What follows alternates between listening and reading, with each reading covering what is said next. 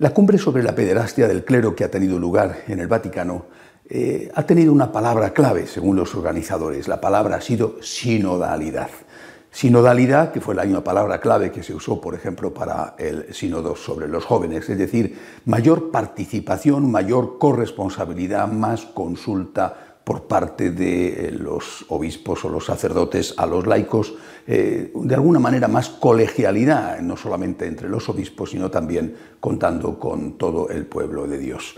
Es decir, la causa, según ellos, de que se hayan producido los abusos a menores por parte de sacerdotes ha estado en un concepto clerical del sacerdocio. Eso significa que el sacerdote se sentía como el dueño del rebaño, no como el pastor del rebaño, y que podía hacer lo que quisiera con los laicos, incluidos los niños. Lo mismo con respecto a los obispos. No han cuidado lo suficiente, no han evitado que algunos de sus sacerdotes cometieran esos delitos, porque también tenían ellos un concepto clerical de su ejercicio, en este caso de su ejercicio episcopal. Bien, naturalmente esto es según los organizadores. Si había clericalismo, eso se solucionará aumentando o disminuyendo el clericalismo, aumentando la sinodalidad, la mayor consulta a todos los niveles dentro de la Iglesia y dentro, sobre todo, de los instrumentos de gobierno de la Iglesia. Esto, repito, según los organizadores. Incluso los que han llevado adelante este congreso, los cardenales Kupik de una forma especial, pero también Osvaldo Gracias de Bombay, Monseñor Scicluna, el cardenal Tagle de Manila. Bueno, todos ellos han quitado importancia al hecho de que haya un numeroso grupo, un porcentaje grande de sacerdotes homosexuales ligados a la pederastia. Se habla del 80%. Monseñor Scicluna llegó a decir que la condición de ser homosexual o heterosexual no tiene nada que ver o no es relevante con respecto a la pederastia. En este contexto de centrarlo todo en la forma en que se ha actuado, es decir, en que la causa ha sido un concepto clerical del ejercicio del sacerdocio, en este contexto ha intervenido también el cardenal Kupik diciendo que, planteando aquello que fue rechazado por los obispos norteamericanos, pero que parece que tiene el aval del Vaticano, es decir, que la forma de comportarse y de juzgar a los que cometen actos de pederastia es el obispo juzga al sacerdote, el arzobispo juzga al obispo. Si es un arzobispo el implicado por acción u omisión, porque él ha cometido delitos, como fue el caso del ex cardenal McCarrick, o porque ha mirado hacia otro lado mientras sus sacerdotes los cometían, si es el arzobispo el implicado, entonces tiene que ser juzgado por un obispo jubilado de su propio arzobispado.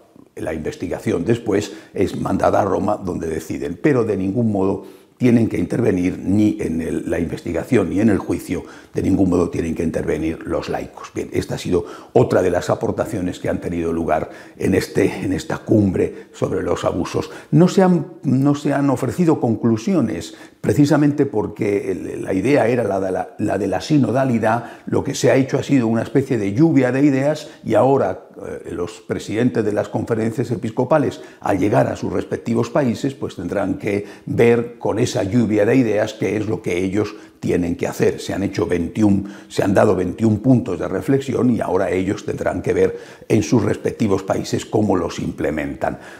Una cosa que me parece significativa es que también dentro de esas 21 pistas de reflexión se habla de que hay que cuidar mucho la presunción de inocencia de los sacerdotes, e incluso se dice que hay que plantearse si los castigos a los sacerdotes considerados y hallados culpables tienen que ser definitivos o temporales, es decir, tienen que ser reducidos al estado laical o simplemente suspendidos del ejercicio público durante un tiempo. Bien, repito, lluvia de ideas que ahora se tendrán que aplicar en cada conferencia episcopal según sus propias circunstancias, que esto naturalmente para algunos les ha sabido a poquísimo y han visto esta cumbre con un claro tinte negro, y para otros les ha parecido maravilloso y lo han visto todo color blanco. Hay muy pocos, entre los analistas, hay muy pocos grises, o es blanco o es negro, o ha sido estupendo o ha sido desastroso. Bien, desde mi punto de vista, creo que se ha insistido mucho en las formas, cómo hay que actuar. Se ha insistido mucho en que la causa es el clericalismo y por lo tanto la solución es la sinodalidad, y me parece a mí que se ha insistido poco en una causa que creo yo que es la principal de todo lo que ha ocurrido. Fijémonos en los datos, simplemente para que estos datos hablen. El pico, digamos que ha habido un incremento de abusos a menores por parte de sacerdotes que ha ido aumentando y luego ha ido disminuyendo. El pico, el momento en que más estos abusos se produjeron fue justo antes del concilio, empezó esto a crecer, y en las 2 décadas posteriores al Concilio Vaticano II. Esto es un dato, esto es la realidad. Esta etapa coincide con el derrumbe de la disciplina clerical. Abandono del respeto a la liturgia, abandono de la forma sacerdotal de vestir, sotana o clergyman, coincide con el derrumbe no solamente de la disciplina clerical, sino el abandono de la vida de oración por parte de los sacerdotes, la mundanización de la Iglesia y del clero de una forma especial, a la vez con una especie de anarquía moral en la que todo vale porque la conciencia es la que dice lo que es bueno y lo que es malo, sin ningún referente externo. En esa época donde hay más abusos es donde esto se produce con más intensidad. Dicho de otra manera, cuando Juan Pablo II llega a la cátedra de San Pedro en el año 78, empieza a poner más control en la Iglesia, y el mayor número de casos se había producido ya entre los años 60 y esos años 80, las 2 décadas posteriores al Concilio Vaticano II. Yo creo que esto es un dato importante. Por ejemplo, fijémonos en un país europeo como Alemania, en un país europeo como España. Son datos que han salido publicados, aunque seguramente esto se puede decir también de otros países. En Alemania, según confesiones y estudios de la propia Conferencia Episcopal, ha habido 1.670 sacerdotes implicados en denuncias de pederastia. No sé si todos han sido condenados o simplemente implicados, pero 1.670 sacerdotes han sido acusados de delitos de pederastia. Bueno, es un marco de 70 años, ciertamente, es un marco muy grande, y por tanto el porcentaje de sacerdotes con respecto al total de sacerdotes en Alemania en esos años es un porcentaje relativamente pequeño, en torno al 5%. Bueno, en cualquier caso, 1.670 sacerdotes son muchos. En España, 33 condenados y 82, 85 denunciados, a muchos de ellos a través de los medios de comunicación, ni siquiera en los tribunales. Es una diferencia abismal, habiendo muchísimo más sacerdotes en España que en Alemania. No, con eso no quiero decir que en España seamos buenos y en Alemania malos, no. Lo que sí que quiero decir es que en Alemania tienen un problema.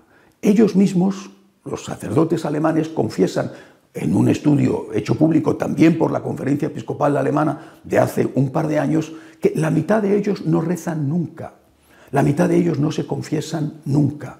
Vamos a ver, si tú no llevas una vida de oración, si tú no llevas una vida de una cierta penitencia, si tú no intentas mantenerte, digamos, accesible a los sacramentos y sobre todo a ese gran sacramento por el cual te viene la gracia, como es la gracia del perdón, como es la confesión, pues es más fácil que, rotos esos diques, todo lo que está dentro de ti salga y haga daño.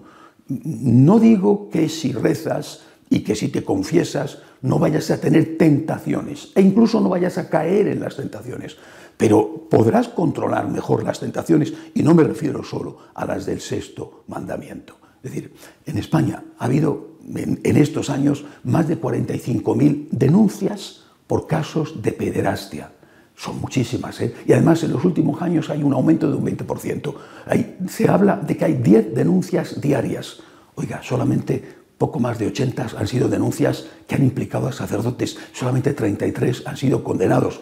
Repito, no significa que los sacerdotes españoles sean maravillosos y los alemanes no, pero algo quiere decir estos datos. O sea, si nosotros mantenemos una vida de oración, si evitamos la soledad, que es el gran enemigo del sacerdocio, si estamos en una actitud de conversión permanente, si no empezamos a justificarnos a nosotros mismos diciendo que podemos hacer lo que queremos, y eso sí sería clericalismo, pero eso también lo aplicamos a los laicos, es decir, se lo enseñamos a los laicos y ellos lo aplican. Si nosotros mantenemos lo que ha hecho la Iglesia siempre, entonces es más fácil que podamos vencer a las tentaciones. Creo que hay que profundizar en la sinodalidad, en la colegialidad. Me parece a mí que los controles son necesarios y que hay que insistir en todo lo que evite crímenes tan graves como es el abuso a los menores. Pero si no se va a la raíz del problema, si no se va a la causa del problema, a la causa verdadera, que es el alejamiento de Dios, entonces, por muchos controles que haya, por mucha vigilancia que haya, siempre que estarán cometiendo crímenes, siempre que estarán cometiendo delitos. Creo que es la vieja lección del asesinato de Abel a manos de Caín. Cuando el hombre se aleja de Dios, se convierte en el asesino de su hermano. Tiene que haber policía, por supuesto, tiene que haber leyes, por supuesto, pero cuando el hombre se aleja de Dios, cuando la barrera interior, cuando la conciencia deja de decirte la verdad, cuando no estás accesible a la gracia, cuando no te pones a tiro de Dios en la oración, cuando el hombre se aleja de Dios, siempre se convierte en el asesino de su hermano. Hasta la semana que viene, si Dios quiere.